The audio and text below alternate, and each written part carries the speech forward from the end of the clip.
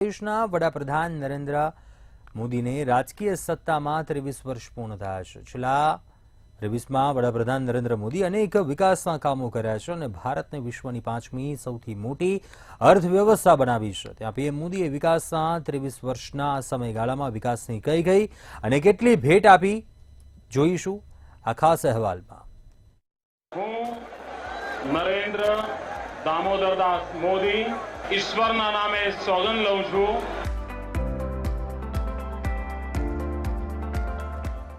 વડાપ્રધાન નરેન્દ્ર મોદીએ સત્તામાં 23 વર્ષ કર્યા પૂર્ણ। 23 વર્ષમાં પીએમ મોદીએ કર્યા અનેક વિકાસના કામ। 7 ઓક્ટોબરે 2001માં લીધા હતા પ્રથમ વખત શપથ। 13 વર્ષ સુધી ગુજરાતના મુખ્યમંત્રી રહ્યા પીએમ મોદી। 10 વર્ષથી વડાપ્રધાન પદ સંભાળી રહ્યા છે નરેન્દ્ર મોદી। ગુજરાતમાં મુખ્યમંત્રી તરીકે કર્યા અનેક વિકાસના કામ। વિકાસ નીતિઓની શ્રેણી શરૂ કરી નવો આકાર આપ્યો। 7 થી 15 ઓક્ટોબર દરમિયાન યોજાશે વિકાસ સપ્તાહ। વડાપ્રધાન નરેન્દ્ર મોદી સોમવારે સત્તામાં 23 વર્ષ પૂર્ણ કરી રહ્યા છે। તેઓ પ્રથમ 13 વર્ષ સુધી ગુજરાતના મુખ્યપ્રધાન હતા અને ત્યાર પછી તેઓ 10 વર્ષ વધુ સમય સુધી સતત વડાપ્રધાન પદ સંભાળી રહ્યા છે। મોદીએ 23 વર્ષ પહેલા 7 ઓક્ટોબર 2001ના રોજ ગુજરાતના 14મા મુખ્યમંત્રી તરીકે શપથ લઈ અને પ્રથમ વખત સત્તા સંભાળી હતી। મોદી ગુજરાતના સૌથી લાંબા સમય સુધી સેવા આપતા મુખ્યમંત્રી રહ્યા હતા। બાદમાં 26 મે 2014ના રોજ જ્યારે 2014ની લોકસભા ચૂંટણીમાં ભાજપને પૂર્ણ બહુમતી મળી ત્યારે તેમણે દેશના 14મા વડાપ્રધાન તરીકે શપથ લીધા હતા। જવાહરલાલ નહેરુ અને ઇન્દિરા ગાંધી પછી મોદી સૌથી લાંબા સમય સુધી પ્રધાન પદ પર રહ્યા છે। નહેરુ 6130 દિવસ અને ઇન્દિરા ગાંધી 5829 દિવસ વડાપ્રધાન રહ્યા હતા। મોદી સતત ત્રીજા કાર્યકાળ સાથે 3786 દિવસ સુધી વડાપ્રધાન રહ્યા છે। 7 ઓક્ટોબર 2001ના રોજ ગુજરાતના મુખ્યમંત્રી તરીકેનો કાર્યભાર સંભાળ્યો અને ત્યારથી નરેન્દ્ર મોદીએ વિકાસ નીતિઓની શ્રેણી શરૂ કરી જેણે રાજ્યને નવો આકાર આપ્યો છે। ગુજરાતના મુખ્યમંત્રી તરીકેનો તેમનો કાર્યકાળ ઉદ્યોગ, સારી કૃષિ વ્યવસ્થા અને લોકો સાથે સંબંધિત વિવિધ મુદ્દાઓ માટે જાણીતો હતો। તેમની સરકારે જળ સંરક્ષણથી લઈ અને સ્વચ્છતા સુધીની દરેક બાબતમાં દાખલો બેસાડ્યો। ગુજરાતના મુખ્યમંત્રી તરીકેના તેમના કાર્યકાળ દરમિયાન જળ સંરક્ષણને પ્રાથમિકતા આપવામાં આવી હતી તેમજ પીએમ મોદીએ સ્વચ્છતાને જાહેર અભિયાન બનાવ્યું હતું। નિર્મળ ગુજરાત પહેલ સાથે જેનો હેતુ સમુદાય સંચાલિત પ્રયત્નો દ્વારા ખુલ્લામાં શૌચને દૂર કરવાનો હતો।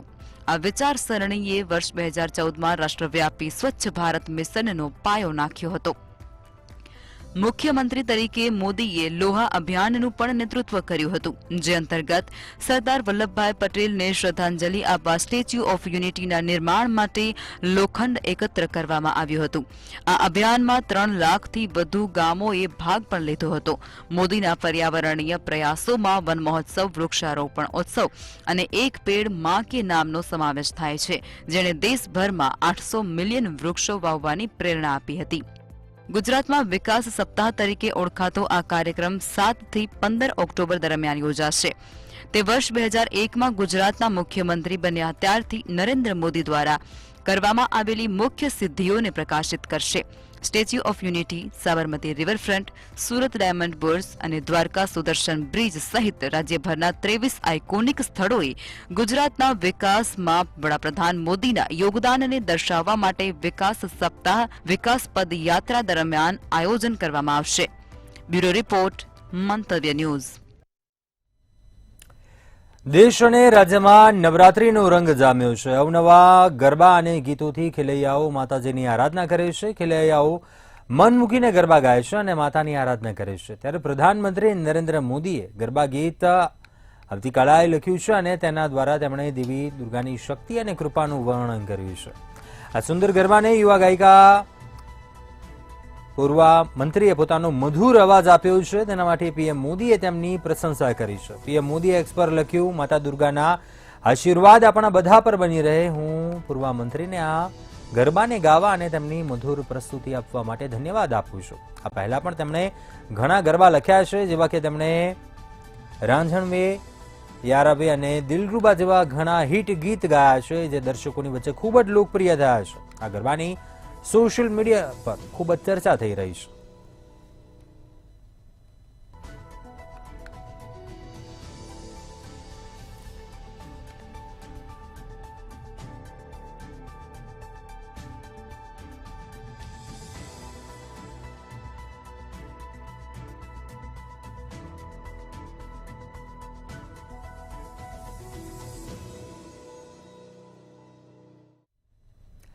રાહુલ ગાંધીની ભારત જોડો યાત્રાની ચૂંટણી સફળતાના પુનરાવર્તનની આશામાં કોંગ્રેસ દિલ્હી વિધાનસભા ચૂંટણી પહેલા આ મહિને રાજધાનીમાં પદયાત્રા યોજવા જઈ રહી છે. જમ્મુ કાશ્મીર અને હરિયાણા બાદ હવે રાહુલ ગાંધીએ દિલ્હી વિધાનસભા ચૂંટણીની પણ તૈયારી શરૂ કરી છે. 23 ઓક્ટોબરથી તે દિલ્હીમાં દિલ્હી જોડો યાત્રા કરશે. આ યાત્રામાં રાહુલ ગાંધી ઉપરાંત પ્રિયંકા ગાંધી અને મલ્લિકાર્જુન ખડગે પણ સામેલ થશે. તહેવારોને ધ્યાનમાં રાખીને 4 તબક્કામાં યાત્રાનું આયોજન કરવામાં આવ્યું છે. સૂત્રો પાસેથી મળેલી વિગતો પ્રમાણે દિલ્હી જોડો યાત્રા દરમિયાન પાર્ટી દિલ્હીમાં ભાજપના 3 વખતથી જીતી રહેલા સાંસદોની અસફળતાનો મુદ્દો બનાવશે.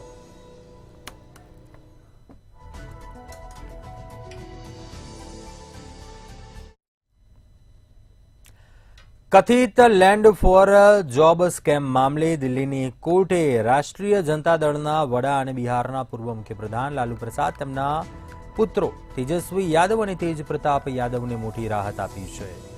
રાઉઝ એવન્યુ કોર્ટના સ્પેશિયલ જજ વિશાલ ગોગને આરજેડી નેતાઓને દરેક રૂપિયા 1 લાખના બોન્ડ પર જામીન આપ્યા છે. નોંધનીય છે કે તપાસ દરમિયાન તેમની ધરપકડ કરવામાં આવી ન હતી. ઉલ્લેખનીય છે કે કોર્ટે અગાઉ લાલુ પ્રસાદ, તેજસ્વી યાદવ અને તેજ પ્રતાપ યાદવ સામે સમન્સ જાહેર કર્યું હતું. પૂરક ચાર્જશીટની નોંધ લીધા બાદ જજે આરોપીઓ સામે સમન્સ જાહેર કર્યું હતું. આજે ત્રણેય કોર્ટ સમક્ષ હાજર રહ્યા હતા. જોકે હાલ તો ત્રણેયને જામીન આપી દેવામાં આવ્યા છે. ત્યારે હવે આ કેસની આગામી સુનાવણી 25 ઓક્ટોબરે કરવામાં આવશે.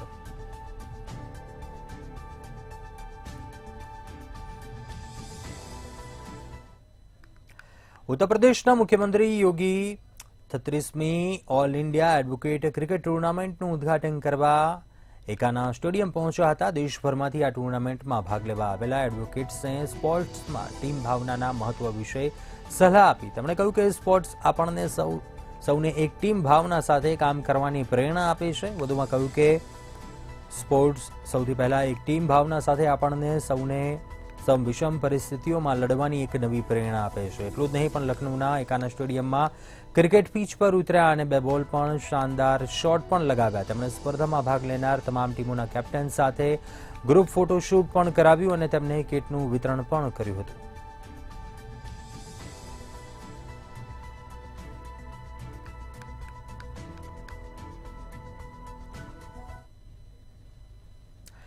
ટ્રેન ઉથલાવવાના પ્રયાસો હજુ પણ યથાવત જોવા મળી રહ્યા છે. વધુ એક આ પ્રકારની ઘટના બની ઉત્તર પ્રદેશમાં રાયબરેલી જિલ્લાના ખેરૂન પોલીસ સ્ટેશન વિસ્તારમાં રઘુરાજસિંહ રેલવે સ્ટેશન પાસે રેલવે ટ્રેક પર માટીનો ઢગલો જોઈને પેસેન્જર ટ્રેનના લોકો પાયલોટે ટ્રેન રોકી હતી. રેલવે ટ્રેક પરથી માટી હટાવ્યા બાદ ટ્રેનને ખૂબ જ ધીમી ગતિથી ત્યાંથી કાઢી લેવામાં આવી હતી. આ દરમિયાન ગ્રામ્ય લોકોની મોટી ભીડ પણ સ્થળ ઉપર એકઠી થઈ હતી. પોલીસે આ ઘટનાની પુષ્ટિ કરી છે. આ મામલાની તપાસ કરવામાં આવી રહી છે.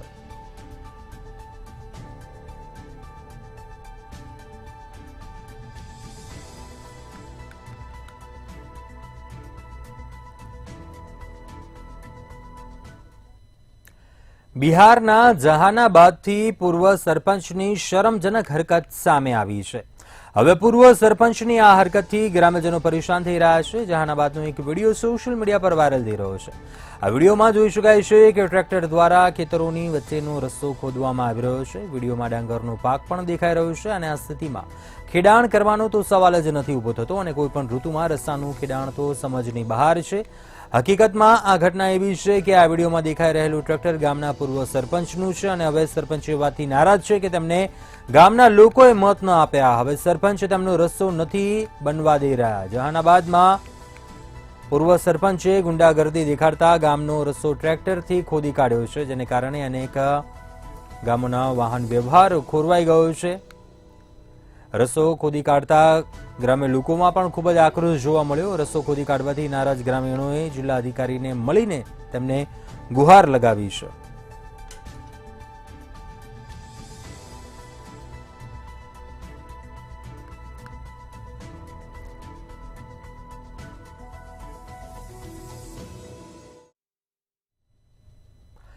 પશ્ચિમ બંગાળના બીરભૂમ જિલ્લામાં સ્થિત કોલસાની ખાણમાં વિસ્ફોટને કારણે 7 લોકોના મોત થયા, જ્યારે ઘણા લોકો ઘાયલ થયા હતા. ઘાયલોને નજીકની હોસ્પિટલમાં ખસેડવામાં આવ્યા હતા. જે કોલસાની ખાણમાં બ્લાસ્ટ થયો હતો તે બીરભૂમ જિલ્લાના લુકપુર પોલીસ સ્ટેશન વિસ્તારમાં આવેલી છે. કંપનીનું નામ છે ગંગારામ ચક માઇનિંગ પ્રાઇવેટ લિમિટેડ કોલિયરી, કે જ્યાં કોલસાના પિલાણ દરમિયાન ખાણમાં વિસ્ફોટ થયો હતો. આ ઘટનામાં ઘણા કર્મચારીઓ ઘાયલ પણ થયા છે. સૂત્રોનો દાવો છે કે કોલસાના પિલાણ માટે કોલસાની ખાણમાં બ્લાસ્ટ કરતી વખતે અકસ્માત અજાણતા થયો હતો. વિસ્ફોટ થતાં જ જીએમપીએલ ઘણા અધિકારીઓ અને કર્મચારીઓ ત્યાંથી ભાગી ગયા હતા.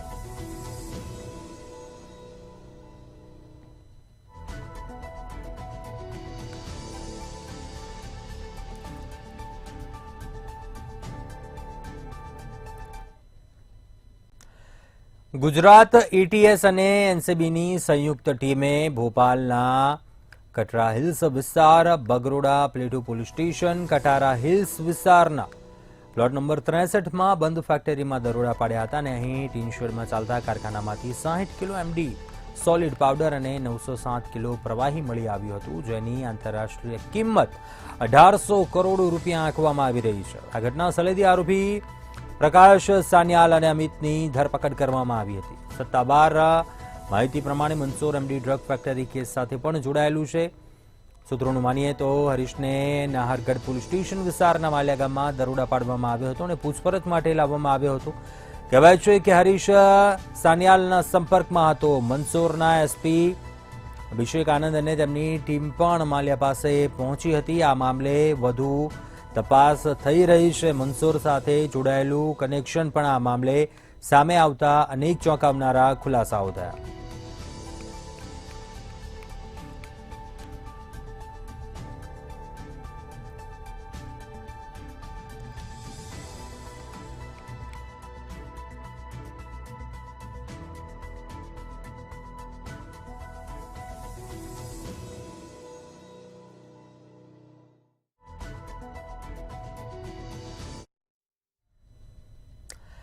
ભારતીય વાયુસેનાના 92માં સ્થાપના દિવસના એક દિવસ પહેલા રવિવારે ચેન્નઈમાં એર શોનું આયોજન કરવામાં આવ્યું હતું, જેને જોવા મંદિરના બીચ પર હજારો લોકો એકઠા થયા હતા. ભારે ભીડ અને ગરમીને કારણે 5 લોકોના મોત થયા હતા, જ્યારે 200થી વધુ લોકો બેભાન થઈ ગયા હતા, જેમને હોસ્પિટલમાં દાખલ કરવામાં આવ્યા હતા. આ દરમિયાન એઆઈએડીએમકે નેતા કોવઈ સાથિયાને તામિલનાડુની સ્ટાલિન સરકાર પર આકરા પ્રહારો કર્યા હતા. તેઓએ આરોગ્ય પ્રધાન સુબ્રમણ્યમના રાજીનામાની માંગણી કરી અને આ ઘટનાને ડીએમકે સરકારનો ગેરવહીવટ ગણાવી હતી. મળતી વિગતો પ્રમાણે ટ્રાફિક અધિકારીઓના નબળા સંકલનને કારણે લાખો લોકો ચેન્નાઈમાં અટવાઈ ગયા. શહેરના અનેક વિસ્તારોમાં આવી ઘટનાઓ નોંધાઈ હતી.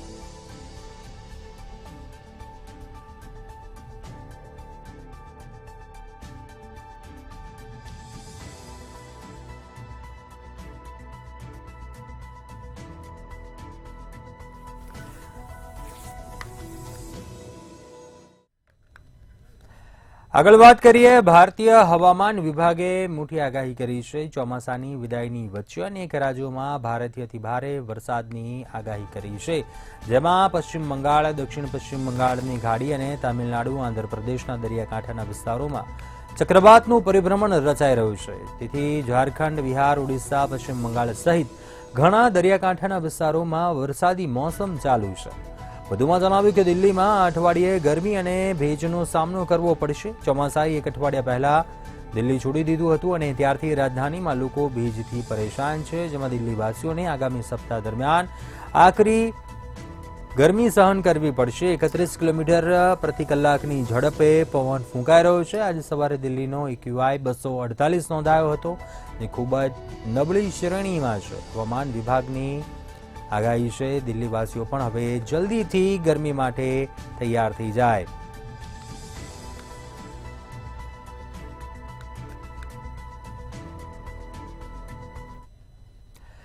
ઉત્તર પ્રદેશના બલિયા જિલ્લામાંથી એક ચોંકાવનારો વિડીયો સામે આવ્યો, જેમાં એક વ્યક્તિ ઇન્ડિયન રેલવેના નિયમોના ધજાગરા ઉડાવીને પોતાની પાળેલી 2 બકરીઓ સાથે થ્રેટિયર એસી કોચમાં પ્રવેશે છે. જ્યારે આ પ્રવાસી તેની આ હરકત સામે વાંધો ઉઠાવે છે તો તેને કોચમાંથી ભાગવા લાગે છે. આ વિડીયો યુપીના બલિયામાં સિયાલદેહ એક્સપ્રેસનો છે, જે સોશિયલ મીડિયા પર ખૂબ જ વાયરલ થઈ રહ્યો છે. તે તેની 2 બકરીઓની સાથે એસી કોચમાં પ્રવેશ મેળવે છે.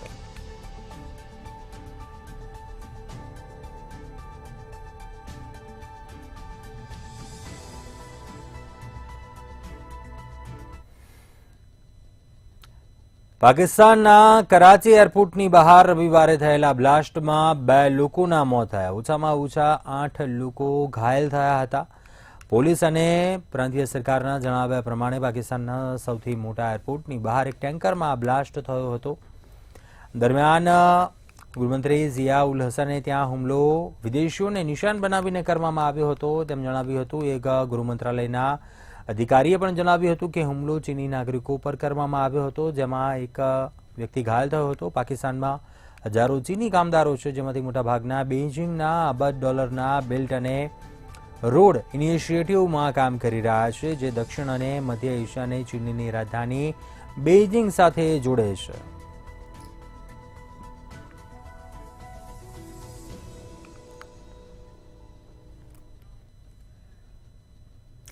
અમદાવાદમાં એએમસીના અધિકારીની મનમાની કરતા હોવાની ઘટના સામે આવી. જૂનાવાડમાં આવેલી ન્યૂ ચંદ્રનગર સોસાયટીના રહીશોએ ખરાબ પાણીની ફરિયાદ કરવા કરેલા ફોનમાં અધિકારીએ ફરિયાદીને ગાળો બોલતો ઓડિયો સામે આવ્યો. સત્તાના જોરે ગાળો બોલતા એએમસીના અધિકારીની ઓડિયો ક્લિપ વાયરલ થઈ છે. મંતવ્ય ન્યૂઝ જો કે આ વાયરલ ઓડિયો ક્લિપની પુષ્ટિ નથી કરતું. આ ઓડિયો ક્લિપમાં ખરાબ પાણીની અનેકવાર રજૂઆત છતાં ઉકેલ ન આવતા બોલાચાલી થઈ હતી, જેમાં જૂનાવાડના stadium ward Rakesh Patel engineer ડિપાર્ટમેન્ટના અધિકારીએ ગાળો આપ્યા હોવાનો રહીશોએ આક્ષેપ કર્યો હતો.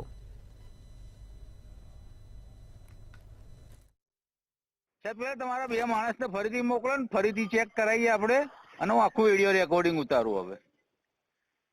બરાબર ભાઈ, એમને સ્મેલ બી નહીં આવતી, એમને સ્મેલ નહીં આવતી. આટલી બધી ગટરની સ્મેલ, પાણી કમ ટાંકી ખોલીએ તો આવે છે.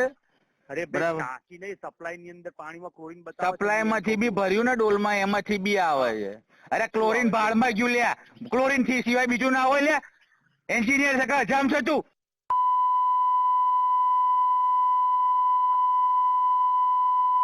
ગાળ કોને બોલું? હું કા ગાળ બોલ્યો? હા બેઠો.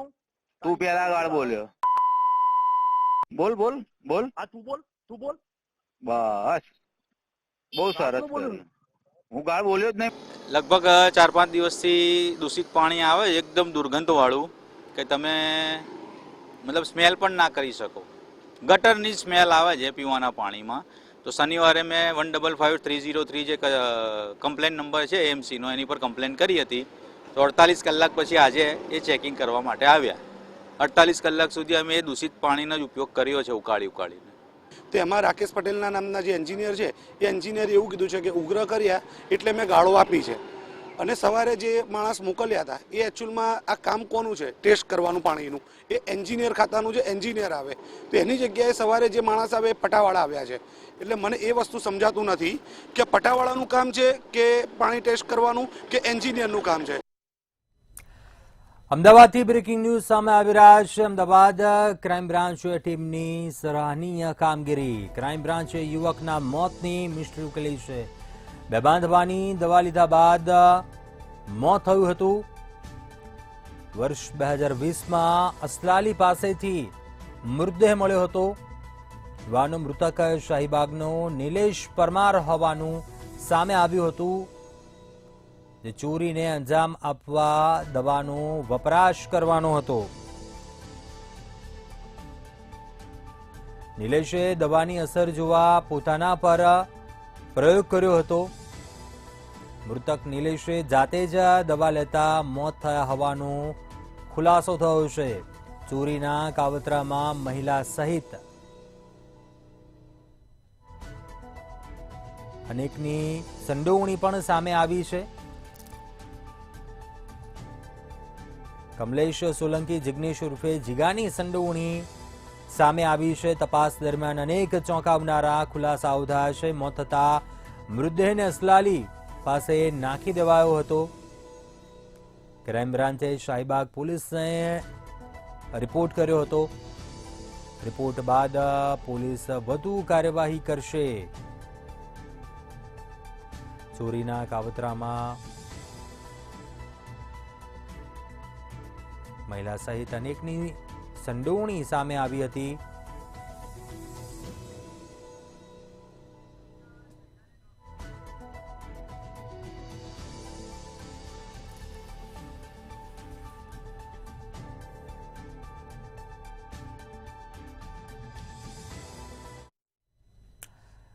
અન્ય મહત્વપૂર્ણ સમાચાર અમદાવાદથી સામે આવી રહ્યા છે, જ્યાં એક મહિલાને દુબઈમાં નોકરીની ઘેલછા માટે દુબઈ જવું ભારે પડ્યું. અમદાવાદની આ ઘટના છે. 6 લોકોના ત્રાસથી કંટાળીને મહિલાએ આપઘાતનો પ્રયાસ કર્યો. ઝેરી દવા ગટગટાવી મહિલાએ આપઘાત કર્યો. અમદાવાદની આ ઘટના છે. આપઘાત કરતા પહેલા મહિલાએ સુસાઇડ નોટ પણ લખી અને આ વાતનો આ કારણોનો ઉલ્લેખ કર્યો. આત્મહત્યા મામલે 6 લોકો સામે ફરિયાદ પણ નોંધાઈ છે. સરખેજ પોલીસ સ્ટેશનમાં સમગ્ર મામલે ફરિયાદ નોંધાઈ છે. આત્મહત્યા મામલે દુબઈ અને યુપીના 6 લોકો સામે ફરિયાદ નોંધાઈ છે. સરખેજ પોલીસે હાલ ગુનો નોંધી વધુ કાર્યવાહી હાથ ધરી છે. અમદાવાદની આ ઘટના સામે આવી છે, જ્યાં મહિલાએ ઝેરી દવા ગટગટાવીને આપઘાત કર્યો.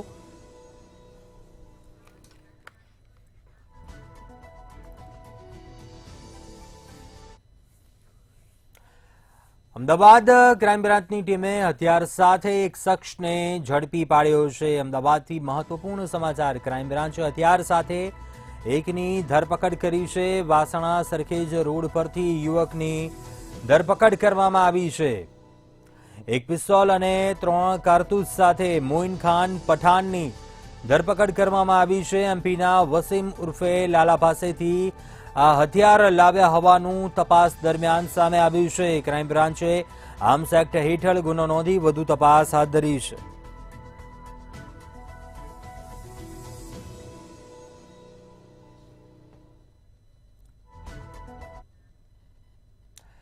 જો વારંવાર ટ્રાફિકના નિયમોનો ભંગ કરતા હોવ તો ચેતી જજો. જી હા, વારંવાર ટ્રાફિકના નિયમો તોડતા હો, નિયમોનું પાલન ન કરતા હો તો હવે કાર્યવાહી થશે. 2000 જેટલા વાહન ચાલકોના લાયસન્સ રદ કરવા આરટીઓને રિપોર્ટ કરાયો છે. દરરોજ 3 થી 4000 વાહન ચાલકોને મેમો અપાય છે. આરટીઓ દ્વારા 37 જેટલા વાહન ચાલકોના લાયસન્સ રદ થયા.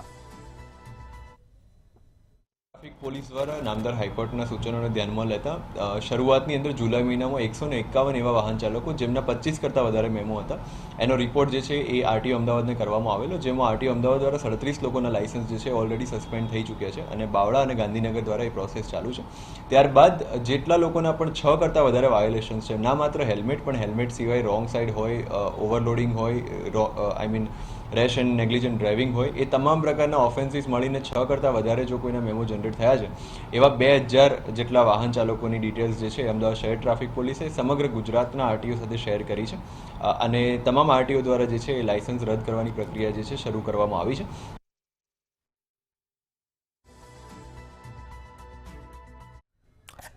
અન્ય મહત્વપૂર્ણ સમાચાર નવસારીથી સામે આવી રહ્યા છે. મહત્વપૂર્ણ સમાચાર નવસારીથી. પોલીસે લવજેહાદ પ્રકરણમાં આરોપીનું સરઘસ કાઢ્યું. શહેરના એરુ રોડ વિસ્તારમાંથી પોલીસે આરોપીનું સરઘસ કાઢ્યું અને તેની અકલ શાન તેની ઠેકાણે લાવી. સમગ્ર પ્રકરણમાં વિધર્મી યુવાનનું પોલીસે સરઘસ નીકાળ્યું હતું. આરોપી યુવાને હિન્દુ યુવતીને નામ બદલીને પ્રેમજાળમાં ફસાવી હતી.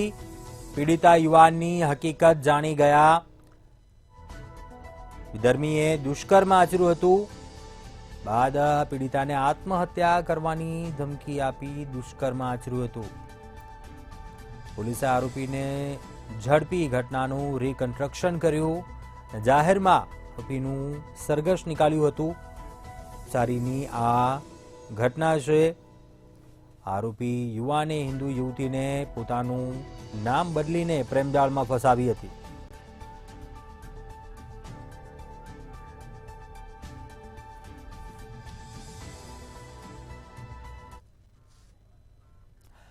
પાટણમાં આગ લાગ્યા હોવાની ઘટના સામે આવી છે. પાટણથી મહત્વપૂર્ણ સમાચાર. ડુસીવટ બજારમાં આવેલી દુકાનમાં આગ લાગ્યા હોવાની ઘટના સામે આવી છે. દુકાનની ઉપરના માળે એકાએક આગ લાગી હતી.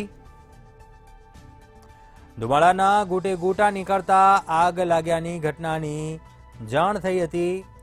પાટણ ફાયર ફાઈટરને તાત્કાલિક જાણ કરાતા ફાયર ટીમ તાત્કાલિક ઘટના સ્થળ ઉપર પહોંચી હતી. આગ પર કાબુ મેળવવાની કામગીરી હાથ ધરાઈ. ફાયરની ટીમ તાત્કાલિક સ્થળ પર પહોંચી હતી અને પાણીનો મારો ચલાવી આગ પર કાબુ મેળવવાના પ્રયાસ હાથ ધર્યા હતા. જોકે મુખ્ય બજારમાં આ સ્થળ આવેલું હોવાથી લોકોમાં પણ અફરાતફરીનો માહોલ સર્જાઈ ગયો હતો. જોકે આગ કયા કારણોસર લાગી છે તે કારણ હાલ જાણી શકાયું નથી.